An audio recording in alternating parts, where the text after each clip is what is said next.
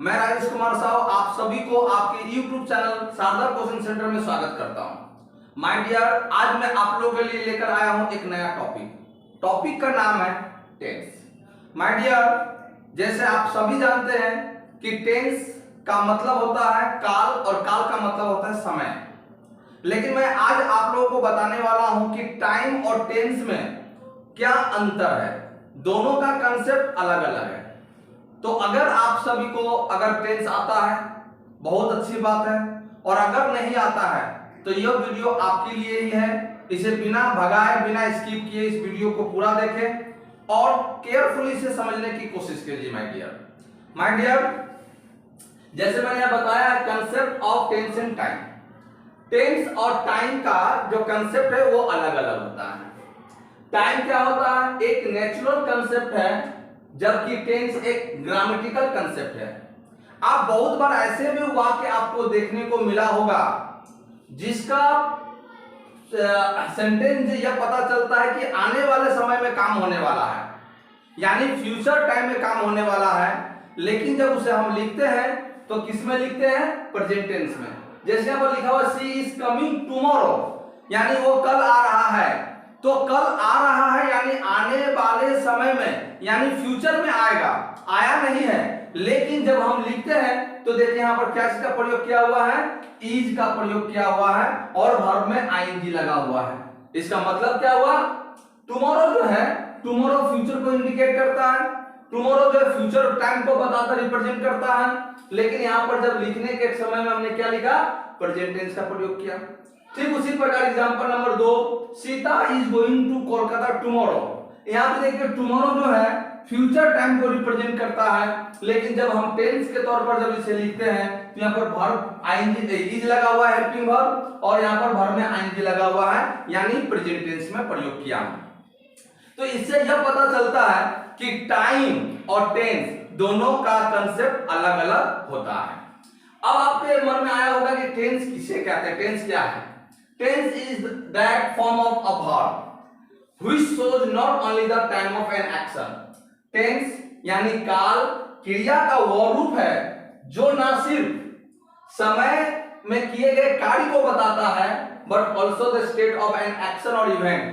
क्रिया जो काम हुआ है उस काम की स्थिति को भी बताता है, यानी काल क्रिया के उस रूप को कहते हैं जो न सिर्फ काम के समय को बताता है बल्कि उसकी स्थिति को भी बताता है, उसे काल कहते हैं, इंग्लिश में उसे टेंस कहते हैं।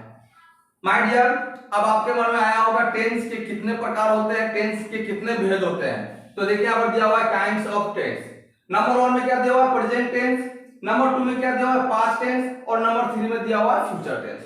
तो मैं आप लोगों को यह बताना चाहूंगा कि हम लोग जो भी काम करते हैं या तो 3 ही समय में काम करते हैं, या तो पास्ट में कर चुके होते हैं, प्रेजेंट में कर रहे होते हैं, फ्यूचर में करने वाले होते हैं। जब हम कोई काम को करते हैं उसको 3 अवस्था में करते हैं। पहला, या तो हम कर चुके हैं, यानी कर चुके हैं मतलब पास्ट हो गया, कर रहे हैं इसका मतलब हो गया प्रेजेंट हो गया, और जो आने वाले समय में करेंगे वो हो गया फ्यूचर। तो आज मैं आप लोगों को क्या बताया, concept of tense and time. 2 number में क्या बताया, टेंस की डिफिनीशन, और 3 नंबर में बताया काइंड्स ऑफ टेंस। अब माय डियर देखिए यहाँ पर प्रेजेंट टेंस, जिसको हम लोग क्या हिंदी में कहते हैं, वर्तमान काल। नंबर 2 में है पास्ट, भूतकाल। नंबर 3 में क्या है, भविष्य का, फ्यूचर, भविष्य काल।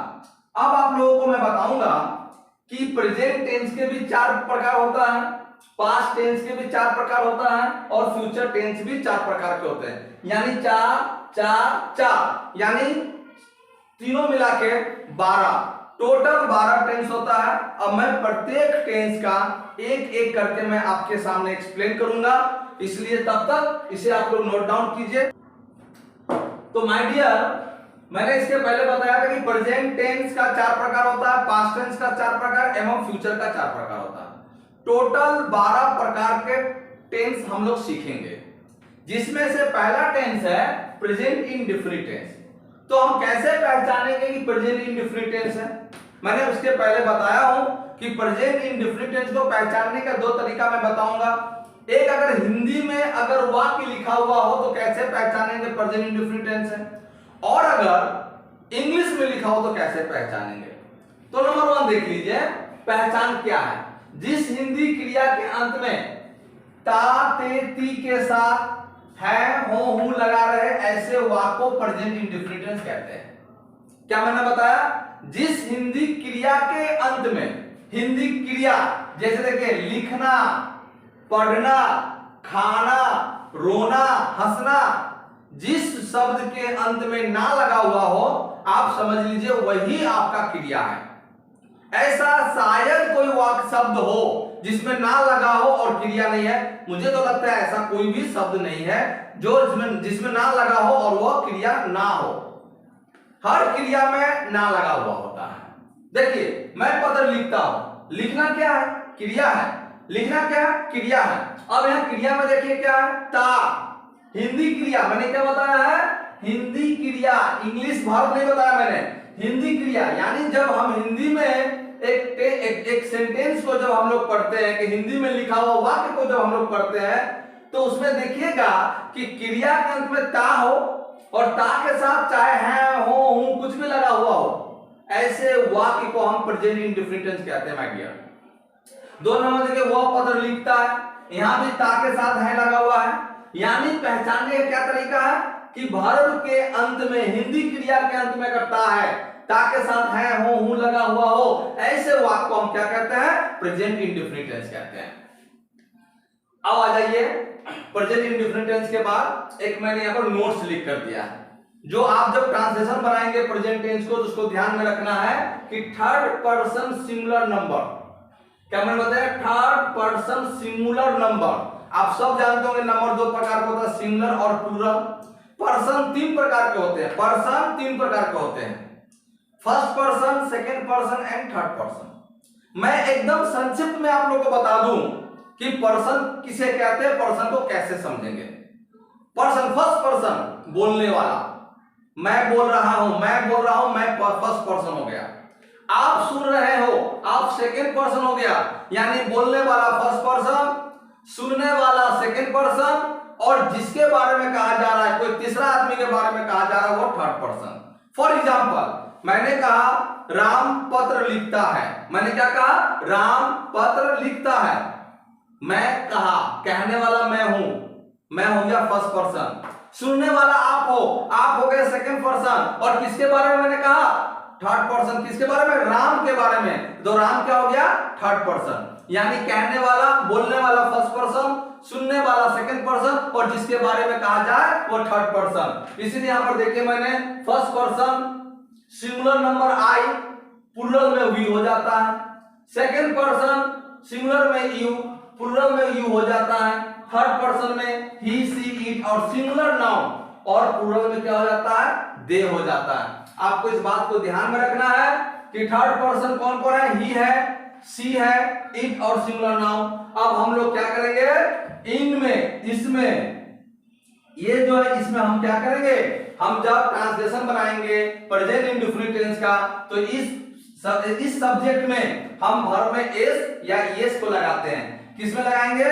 ही में लगाएंगे, सी में लगाएंगे, इट में लगाएंगे, और सिंगुलर नाउन में सब्जेक्ट के साथ, सब्जेक्ट रहेगा उसका वर्ब के साथ हम एस या एस लगाते हैं।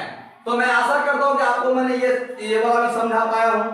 अब देखिए यहां पर मैंने लिखा है कि टेंस के अनुसार सेंटेंस 4 प्रकार का होता है। माय डियर, आप लोग जानते होंगे कि सेंटेंस 5 प्रकार का होता है। कौन कौन, अफर्मेटिव सेंटेंस, दूसरा नंबर हो गया इंट्रोगेटिव सेंटेंस, 3 नंबर हो गया इंपेरेटिव, 4 नंबर हो गया ऑप्टेटिव, 5 नंबर हो गया एक्सक्लेमेटरी सेंटेंस। लेकिन मैं आप लोगों को यहाँ 4 प्रकार का सेंटेंस बता रहा हूं, वो भी टेंस के अनुसार। जब हम ट्रांसलेशन बनाने जाते हैं तो 4 प्रकार के ही सेंटेंस का ट्रांसलेशन हम बनाते हैं। वो कौन कौन सा है, पॉजिटिव सेंटेंस। अब पॉजिटिव सेंटेंस का मतलब क्या हुआ, जैसे मैं मान लीजिए यहां पर मैंने लिखा वह पत्र लिखता है, वह पत्र लिखता है। माय डियर, ये हो गया आपका पॉजिटिव, 1 नंबर पॉजिटिव। 2 नंबर में हो गया वह पत्र नहीं लिखता है, वह पत्र नहीं लिखता है। ये हो गया आपका नेगेटिव, नहीं लगा हुआ है नेगेटिव। 3 नंबर में हो गया क्या वह पत्र लिखता है, क्या वह पत्र लिखता है। माय डियर, ये आप प्रश्न कर रहे हो, ये प्रश्न पूछा जा रहा है, क्या लगा हुआ है। देखिए पहले ये हो गया इंट्रोगेटिव, और नंबर 4 में क्या होगा, interrogative plus negative, interrogative plus negative क्या हो जाएगा, क्या वह पत्र नहीं लिखता है, नहीं लिखता है। अब देख लीजिए यहां पर क्या के साथ नहीं भी लगा हुआ है। तो यहां पर मैंने क्या बताया, टेंस के अनुसार सेंटेंस 4 प्रकार का, पॉजिटिव सेंटेंस, वह पत्र लिखता है, पॉजिटिव सेंटेंस हो गया। दूसरा मैंने क्या बताया, नेगेटिव सेंटेंस, वह पत्र नहीं लगा हुआ यानी नेगेटिव सेंटेंस हो गया। इंट्रोगेटिव यानी प्रश्न पूछ रहा है, क्या वह पत्र लिखता है, क्या लगा हुआ, वो हो गया आपका इंट्रोगेटिव सेंटेंस। 4 नंबर हो गया इंट्रोगेटिव प्लस नेगेटिव, यहां पर क्या के साथ नहीं लगा हुआ है, ये हो गया इंट्रोगेटिव प्लस नेगेटिव सेंटेंस। तो मैं आशा करता हूं कि अभी आपने ये भी समझ गया कि टेंस के अनुसार सेंटेंस 4 प्रकार का होता है। Number 1 positive, number 2 negative, number 3 interrogative and number 4 interrogative plus negative. अब मैं इन चारों का पॉजिटिव, नेगेटिव, इंट्रोगेटिव और इंट्रोगेटिव प्लस नेगेटिव सेंटेंस को कैसे इंग्लिश में अनुवाद करेंगे, हिंदी से अंग्रेजी में कैसे अनुवाद करेंगे, इसका मैंने यहां पर एक स्ट्रक्चर भी दे दिया है। पहला स्ट्रक्चर में दिया हुआ है subject plus verb plus object. अब मैं आपको यह समझाऊंगा कि सब्जेक्ट किसको कहते हैं, वर्ब किसे कहते हैं और ऑब्जेक्ट किसे कहते हैं। माय डियर, सब्जेक्ट मतलब होता है कर्ता, सब्जेक्ट को हिंदी में क्या कहते हैं, कर्ता कहते हैं, और कर्ता मतलब करने वाला, कर्ता मतलब करने वाला। यहां पर देखिए वह पत्र लिखता है, पत्र लिखता है, काम क्या हो रहा है, लिखना, काम क्या हो रहा है, लिखना। मैंने क्या बताया, लिखना, पढ़ना, हंसना, रोना, सोना, टहलना, लड़ना, पीटना, मारना, खाना, जितना भी शब्द के अंत में ना ना ना ना ना ना है वह सब क्रिया है, वह सब वर्ब है। तो यहां पर क्रिया क्या हो रहा है, काम क्या हो रहा है, लिखने का काम हो रहा है। क्या हो रहा है, लिखने का। किसके द्वारा, कौन लिख रहा है, वह लिख रहा है। करने वाला कौन है, करने वाला वह है, इसलिए यहां पर क्या हो गया, सब्जेक्ट। माय डियर, क्या हो गया, सब्जेक्ट। 2 नंबर आ जाइए, वर्ब, क्रिया, काम, जो काम हो रहा है, क्या काम हो रहा है, लिखने का काम हो रहा है, ये हो गया वर्ब। और ऑब्जेक्ट क्या हो गया, जो काम मैं कर रहा हूं, जो काम किया जा रहा है, उस काम का फल या उस काम का प्रभाव किस पर पड़ रहा है। मैं कहूं तो क्या काम कर रहे हो भाई, तो काम हो रहा है पत्र लिखने का, काम हो रहा है लिखने का, पर क्या लिख रहे हो, पत्र लिख रहा हूं, तो ये पत्र हो गया आपका ऑब्जेक्ट। करने वाला सब्जेक्ट, जो चीज कर रहे हो, क्या कर रहे हो, लिख रहे हो, वर्ब, क्या लिख रहे हो, पत्र लिख रहे हो, पत्र लिख रहा हूं, पत्र हो गया आपका ऑब्जेक्ट। तो मैं आशा करता हूं कि सब्जेक्ट भी मैं आपको समझा दिया, वर्ब भी आपको समझ में आया होगा, ऑब्जेक्ट भी समझ में आया होगा। अब बताओ माय डियर, कैसा लग रहा है आप लोग को, समझ में आ रहा है, मेरी मेहनत सफल होना चाहिए। जब अगर मैं आपको समझाने में अगर असफल हो जाऊं तो समझिए मेरा मेहनत असफल है। इसलिए अगर आपको वीडियो समझ में आ रहा हो और अच्छा लग रहा हो वीडियो, तो आपको अगर लगता हो कि इस चैनल को सब्सक्राइब करने से इंग्लिश का ऐसे बहुत सारे चीज, टेंस है, वॉइस है, नरेशन है, स्प्लिट है, सेंटेंस है, बहुत सारे ऐसे टॉपिक्स है जो आपको मैं बताने वाला हूं। अगर आपको लगता है कि सब आपके काम का चीज है तो चैनल को जरूर सब्सक्राइब कीजिएगा, बिना सब्सक्राइब किए आपको जाना नहीं है। नंबर 2 आ जाइए, नेगेटिव। नेगेटिव में क्या है, सब्जेक्ट, बता चुका हूं सब्जेक्ट क्या है। अब यहां पर लगा हुआ डू या डज। अब आपके मन में आ रहा है कि डू या डज, दोनों में से कौन कहां लगेगा, डू कहां लगाएंगे, डज कहां लगाएंगे, तो वो भी मैंने आपको यहां पर लिख डाला है। आपको एकदम पानी के जैसा टेंस मुझे सिखाना है। मैं आपसे वादा करता हूं, पूरी वीडियो को देखिए, मेरा टेंस का जितना भी सीरीज आ रहा पूरा देखिए, मैं पूरा 100% आपको मैं दावे के साथ कह सकता हूं कि आपका टेंस जो है पानी हो जाएगा। देखिए यहां पर क्या है, आई के साथ डू लगाऊंगा, वी के साथ डू लगेगा, यू के साथ डू लगाएंगे, डे के साथ डू लगेगा, और प्लूरल नाउन यानी 2 नाम, एक से ज्यादा नाम, राम और श्याम, सीता और गीता, द काउज, डॉग्स, ये डॉग्स, ये काउज क्या है, प्लूरल नाउन है, उसमें हम क्या लगाएंगे, डू लगाएंगे। और डज कहां लगाएंगे, ही, सी, इट, और सिंगुलर नाउन में डज लगाएंगे। तो मैंने आपको स्ट्रक्चर भी बता दिया कि जब मैं ट्रांसलेशन बनाऊंगा तो किन किन चीजों को ध्यान में रखना है। मैंने आपको टेंस के अनुसार सेंटेंस भी बताया, एस और यस कहां लगाना वो भी मैं बताया, प्रेजेंट टेंस को पहचानेंगे कैसे वो भी मैंने बताया, और कौन नेगेटिव है कौन इंट्रोगेटिव है मैंने एग्जांपल देकर भी बताया। अब चलिए, अब मैं आप लोगों को बताता हूं कि मैं इन चारों को हिंदी से अंग्रेजी में कैसे ट्रांसलेट करेंगे। इस स्ट्रक्चर को देखते हुए, इसी स्ट्रक्चर को फॉलो करना है, करके इसको हम ट्रांसलेशन बना लेना है। तो मैं ऊपर से मिटाता हूं, आप लोग इसको ध्यान से देखिए। देखिए यहां पर मैं एक दे रहा हूं आपको, वह पत्र लिखता है। क्या है? वह पत्र लिखता है। अच्छा, वेरी गुड, लिखता है। पहली नंबर पहचानना होगा कि सेंटेंस कौन सा है, तो मैंने पहले बता दिया ये पॉजिटिव सेंटेंस है, राइट। चलिए ये भी क्लियर। पॉजिटिव का स्ट्रक्चर क्या है, इस स्ट्रक्चर को फॉलो कीजिए। पॉजिटिव का स्ट्रक्चर क्या है? सब्जेक्ट। सब्जेक्ट क्या है? ही। वह सब्जेक्ट है, वह का इंग्लिश क्या होता है? ही। वर्ब का पहला रूप, अब मैं बता दूं वर्ब का 3 रूप होता है, V1, V2, V3, जिसको हम लोग बोलते हैं प्रेजेंट, प्रेजेंट भी बोलते हैं, इसको पास्ट बोलते हैं, एंड इसको बोलते हैं पास्ट पार्टिसिपल। क्या बोलते हैं? Past participle. अब चलाइए, जैसे यहां पर आ जाइए, राइट, यहां क्या हो जाएगा? रोट, यहां क्या हो जाएगा? रिटेन। जैसे यहां पर आ जाइए, गो, वेंट, गोन। तो माय डियर, ये आपको याद रखने की चीज है, ये V1, V2, V3। अगर आप कहोगे, अगर आप कमेंट में डालो कि मुझे ये चाहिए, मैं इसको पीडीएफ बना के हो सके तो मैं आपको डाल दूंगा, लिंक दे दूंगा, आप इसको नोट डाउन कर लीजिएगा। चले, तो यहां पर क्या लिखा मैंने? V1। V1 का मतलब क्या हुआ? ये वाला चीज हमको यूज करना है। लिखना इंग्लिश क्या है यहां पर? राइट। तो यहां पर क्या लिखेंगे? Right, right. अब देखिए, अब यहां पर हम इसको क्या करेंगे? एस लगाएंगे। क्यों एस लगाएंगे? पहली बात, क्यों एस लगाएंगे? हमने नोट्स में क्या लिखवाया था? थर्ड पर्सन सिंगुलर नंबर कर्ता के क्रिया में एस या एस लगाते हैं। थर्ड पर्सन, देखिए मैंने क्या बताया था? ही के साथ वर्ब में एस लगेगा, वर्ब में एस लग गया, तो क्या हो गया? He writes a letter. ये हो गया आपका लेटर, ऑब्जेक्ट हो गया। फिर मैं बता रहा हूं, ध्यान दीजिए, सब्जेक्ट ही, वर्ब का पहला रूप राइट, एस क्यों लगा? क्योंकि यहां ही है। ही क्या है? थर्ड पर्सन का सिंगुलर नंबर है, इसलिए वर्ब में एस लग गया। उसका ऑब्जेक्ट क्या है? ए लेटर है। अब आ जाइए 2 नंबर में, वह पत्र नहीं लिखता है। मान लीजिए यहां पर होता, वह पत्र नहीं लिखता है, वह पत्र नहीं लिखता है, क्या लिखेंगे? ही। ठीक है माय डियर। आइए नेगेटिव का फॉर्मूला, नेगेटिव के स्ट्रक्चर को फॉलो कीजिए। सब्जेक्ट ही, डू या डज, दो में से कोई एक यूज करेंगे। डू लगाएंगे कि डज लगाएंगे?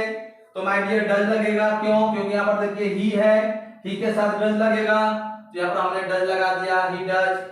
उसके बाद स्ट्रक्चर में क्या लगा है? नॉट है, तो नॉट लगा दिए, ही डज नॉट। वर्ब का पहला रूप राइट और ए लेटर, ऑब्जेक्ट। ठीक है माय डियर। तो क्या हुआ? He does not write a letter, ये हुआ 2 नंबर नेगेटिव। अब चलिए 3 नंबर में क्या है? अब चलिए 3 नंबर में क्या है? इंट्रोगेटिव। 3 नंबर में क्या है? क्या वह पत्र लिखता है? क्या वह पत्र लिखता है? ठीक है माय डियर। तो यहां पर क्या लगाएंगे? देखिए ही है, यहां पर सब्जेक्ट क्या है? ही, वो है ही, तो ही के लिए क्या लगता है? डज, इसलिए हम पहले डज लगा लेंगे। यहां देखिए इंट्रोगेटिव में डू या डज पहले लगेगा, तो ही है इसलिए डज लगाएंगे। उसके बाद सब्जेक्ट है, देखिए सब्जेक्ट क्या है? ही है, डज ही। उसके बाद वर्ब का पहला रूप राइट। अब माय डियर देखिए यहां पर एस हट गया, यहां से अब एस हट जाएगा। क्यों? क्योंकि यहां पर डज लग गया, ये एस जो है यहां लग गया, इसलिए यहां से एस हट गया। Does he write a, object क्या है? Letter, a letter, interrogation mark. ठीक है माय डियर। क्या वो पत्र लिखता है? Does he write a letter. पूरा का पूरा जो है हम फॉलो करेंगे इस स्ट्रक्चर को। नंबर 4 में क्या है? नंबर 4 इंट्रोगेटिव प्लस नेगेटिव, क्या मैंने एग्जांपल लिया था? क्या वह पत्र लिखता है? क्या वह पत्र लिखता है? क्या वह पत्र नहीं लिखता? सॉरी, क्या वह पत्र नहीं लिखता है? इंट्रोगेटिव प्लस नेगेटिव है ना, लिखता है। राइट। चलिए अब इस स्ट्रक्चर को फॉलो करिए। डू या डज, ही है तो डज, सब्जेक्ट ही, फिर नॉट, वर्ब का पहला रूप write, object a letter, a letter. तो माय डियर, चार स्ट्रक्चर को मैंने यहां पर एग्जांपल के साथ आप लोग को समझा दिया, ठीक है। और मैं एक और एग्जांपल आप लोग को मैं लेता हूं। देखिए एक एग्जांपल है, मैं पत्र लिखता हूं। यहां पर क्या हो गया, मैं पत्र लिखता हूं, ठीक है। तो यहां पर क्या हो जाएगा, सब्जेक्ट, ये पॉजिटिव सेंटेंस। पहले नंबर हमको पहचान करना है कौन सा सेंटेंस है, तो माय डियर पॉजिटिव सेंटेंस है। पॉजिटिव में ये सब्जेक्ट ले लेंगे। पहले स्ट्रक्चर को देखिए, सब्जेक्ट आई, मैं का इंग्लिश आई हो जाता है, वर्ब का पहला रूप राइट, लिखना का इंग्लिश राइट, ऑब्जेक्ट क्या, पत्र, अ लेटर। अब यहां पर देखिए तो माय डियर, यहां पर मैंने एस लगाया, नहीं लगाया। क्यों नहीं लगाया, क्योंकि आई जो है फर्स्ट पर्सन का सिंगुलर नंबर है। एस और एस कहां लगाएंगे, ओनली थर्ड पर्सन के सिंगुलर नंबर कर्ता के क्रिया के साथ, थर्ड पर्सन सिंगुलर नंबर कर्ता के क्रिया के साथ। तो माय डियर, मैं आशा करता हूं कि अभी तक जो मैंने आप लोग को टेंस में बताया है आप सबको समझ में आया होगा। इसके बाद मैं बताऊंगा, अभी मैं बताने जा रहा हूं कि अब हम और कहां हम प्रेजेंट इंडेफिनिट टेंस का प्रयोग करते हैं, इसको मैं आपको बताने जा रहा हूं। तब तक इसे आप नोट डाउन कीजिए। तो माय डियर, अब आप समझिए कि प्रेजेंट टेंस का प्रयोग कहां करते हैं, किस सिचुएशन में करते हैं। तो एक नंबर में देख लीजिए, दिया हुआ यूनिवर्सल ट्रूथ में प्रेजेंट इंडेफिनिट टेंस का प्रयोग करते हैं। यूनिवर्सल ट्रूथ होता क्या है, वास्तविक सच्चाई, जो ब्रह्मांड सत्य है, अटल सत्य है, उसी को यूनिवर्सल ट्रूथ कहते हैं। जैसे आप जानते हैं the sun rises in the east, सूरज किधर उगता है, पूरब में, यह अटल सत्य है, इसे कोई भी झूठा साबित नहीं कर सकता, यह अटल सत्य है, इसीलिए इसे हम क्या कहते हैं, यूनिवर्सल ट्रूथ कहते हैं। और ये यूनिवर्सल ट्रूथ में क्या लगता है, प्रेजेंट इंडेफिनिट टेंस। जैसे देखिए यहां द सन क्या है, third person singular number, verb में एस लगा हुआ है, देखिए वर्ब में S, R I S, rise, उसमें एस लग गया, राइजेस। तो क्या हो गया, the sun rises in the east, ये हुआ यूनिवर्सल ट्रूथ। दो नंबर एग्जांपल देखिए, the earth revolves around the sun. हम सब जानते हैं कि पृथ्वी सूर्य के चारों ओर घूमती है, चक्कर लगाती है, ये भी अटल सत्य है। इसमें क्या लगेगा, प्रेजेंट इंडेफिनिट टेंस में यूज होता है। तो एक नंबर में मैंने क्या समझाया, एक नंबर में मैं समझाया कि यूनिवर्सल ट्रूथ में प्रेजेंट इंडेफिनिट टेंस का प्रयोग होता है। अगर मान लीजिए इंग्लिश में अगर ऐसा दिया हुआ रहे, इंग्लिश में मान लीजिए ये एक सेंटेंस दे दिया जाए और आपको पहचानना है कि कौन सा टेंस में, तो सबसे पहले पहचानने का तरीका देख लीजिए, यहां पर वर्ब में एस लगा हुआ है, देख लीजिए वर्ब में एस और एस लगा हुआ है, यही है पहला पहचान कि यहां पर प्रेजेंट इंडेफिनिट टेंस है। और अगर यहां आई होता तो यहां पर क्या होता, राइज होता, वर्ब का पहला रूप होता। यही पहचानने का तरीका है कि इंग्लिश में अगर दिया जाए तो हम कैसे समझेंगे। नंबर 2, प्रतिदिन किए जाने वाले कार्यों के लिए, जिसको हम लोग हैबिचुअल एक्शन कहते हैं। हैबिचुअल एक्शन वो एक्शन को कहते हैं, उस काम को कहते हैं, उस क्रिया को कहते हैं जिसको हम लोग डेली करते हैं, रोज करते हैं, हैबिट है मेरा करना, उसी को कहते हैं हैबिचुअल एक्शन। जैसे my mother goes to temple every day, देख लीजिए यहां पर एक क्लू वर्ड है, एवरी डे। मेरी माँ कहां जाती है, रोज, टेंपल जाती है रोज, ये क्या, रोज जाती है, यानी रोज किए जाने वाले कार्य को हैबिचुअल एक्शन कहते हैं। ऐसे वाक्य में, ऐसे सेंटेंस में हम प्रेजेंट इंडेफिनिट टेंस का प्रयोग करते हैं। दूसरा तरीका समझ लीजिए, अगर ये दिया रहे, ये सेंटेंस एक दिया रहे और आपको पहचान करना हो कि कौन सा टेंस है, तो हम पहचानेंगे प्रेजेंट इंडेफिनिट टेंस से। कैसे, देखिए यहां पर फिर वर्ब में एस या एस लगा हुआ है। माय मदर क्या हुआ, थर्ड पर्सन का सिंगुलर नंबर, थर्ड पर्सन का सिंगुलर नंबर माय मदर, हम लोग क्या बताते हैं, सिंगुलर नाउन। तो ये नाउन है, मदर क्या नाउन है, सिंगुलर नाउन है, और नाउन ही क्या होता है, थर्ड पर्सन का सिंगुलर नंबर। इसलिए देखिए गो में एस लग गया, गोज हो गया। एक दूसरा है यहां पर एवरीडे दिया हुआ है, यानी present tense. Number 2, he plays football daily. Daily हम क्या करते हैं, हम वह डेली फुटबॉल खेलता है, वह रोज फुटबॉल खेलता है। तो रोज किए जाने वाले कार्यों में प्रेजेंट इंडेफिनिट टेंस का प्रयोग करते हैं। नंबर 3, न्यूज़पेपर की हेडलाइन। हम लोग जब अखबार पढ़ते हैं, इंग्लिश के न्यूज़पेपर जब पढ़ते हैं तो ऊपर हेडलाइन जो दिया हुआ रहेगा वह हेडलाइंस में प्रेजेंट इंडेफिनिट टेंस में दिया हुआ रहता है। आप लोग जब इंग्लिश का न्यूज़पेपर पढ़ेंगे उसमें आप फॉलो कीजिएगा कि जो भी हेडलाइंस आपको मिलेगा प्रेजेंट इंडेफिनिट टेंस में मिलेगा। जैसे cricket match draws, peace talks fail, शांति वार्ता क्या हो गया, असफल हो गया। नंबर 4, किसी प्लान फ्यूचर एक्शन में भी प्रेजेंट इंडेफिनिट टेंस का प्रयोग करते हैं। प्लान फ्यूचर एक्शन, जो पहले से प्लान किया हुआ है, काम होना बाकी है, लेकिन जब उसको हम लोग ट्रांसलेशन में कन्वर्ट करते हैं, बनाते हैं, तो हम किस में बनाते हैं, प्रेजेंट इंडेफिनिट टेंस में भी बनाते हैं। तो ही रिचेज, देखिए प्रेजेंट इंडेफिनिट टेंस हो गया। और यहां पर क्या हो गया, टुमारो। इस वीडियो के सबसे पहले हमने आपको क्या बताया था कि टाइम और टेंस का कंसेप्ट अलग अलग है। कैसे अलग मैं बताया था, मैंने बताया था कि कुछ ऐसे वाक्य आपको मिल जाएंगे जिससे यह पता चलेगा कि काम होना बाकी है, यानी फ्यूचर में काम होगा, लेकिन जब लिखेंगे, ट्रांसलेशन बनाएंगे तो वो प्रेजेंट में करना बनाएंगे। यानी इससे यह पता चलता है कि टाइम और टेंस का जो कंसेप्ट है वह एक नहीं है, समान नहीं है, अलग अलग है। एक एग्जांपल यहां भी आपके सामने आ गया कि हम कल होगा, आने वाले कल में होने वाला है, लेकिन हम लोग जब टेंस बना रहे हैं, ट्रांसलेशन जब बना रहे हैं, तो यहां पर प्रेजेंट टेंस में लिखे। यानी किसी प्लान फ्यूचर एक्शन या नियर फ्यूचर एक्शन के लिए हम प्रेजेंट इंडेफिनिट टेंस का प्रयोग करते हैं। 5वां नंबर, व्हेन एवर और व्हेन के साथ प्रेजेंट इंडेफिनिट टेंस का प्रयोग करते हैं। व्हेन एवर और व्हेन एवर इट रेन्स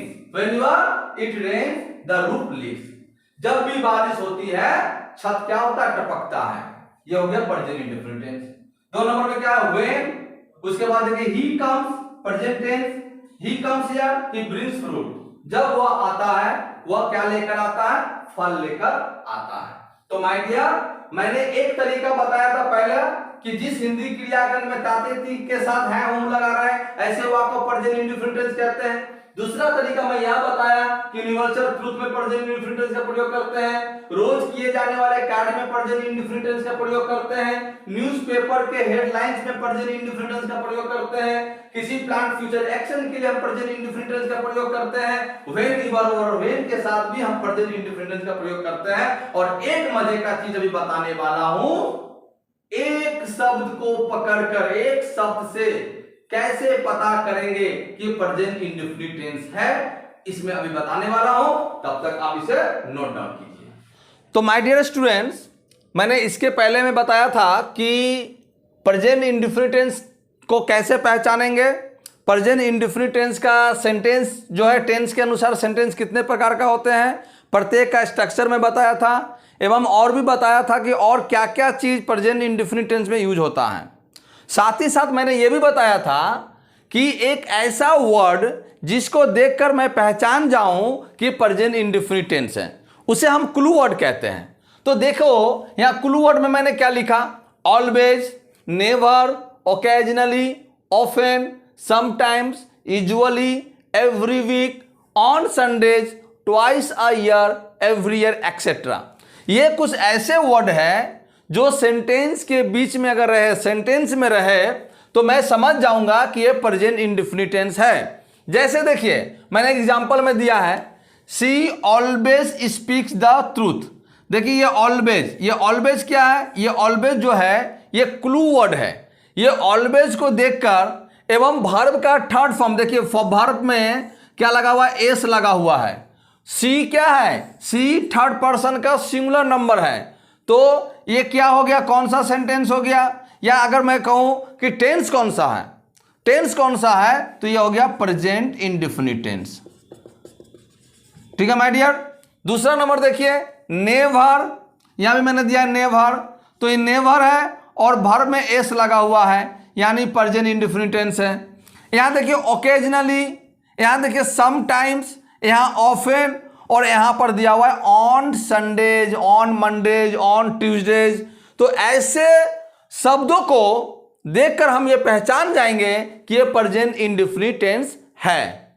तो मैं आशा करता हूं कि मैंने जो आपको बताया आपको समझ में आया होगा, और अगर समझ में आया है तो एक लाइक तो बनता है, लाइक कीजिए। फिर हम अगले वीडियो में आपसे मिलते हैं। धन्यवाद।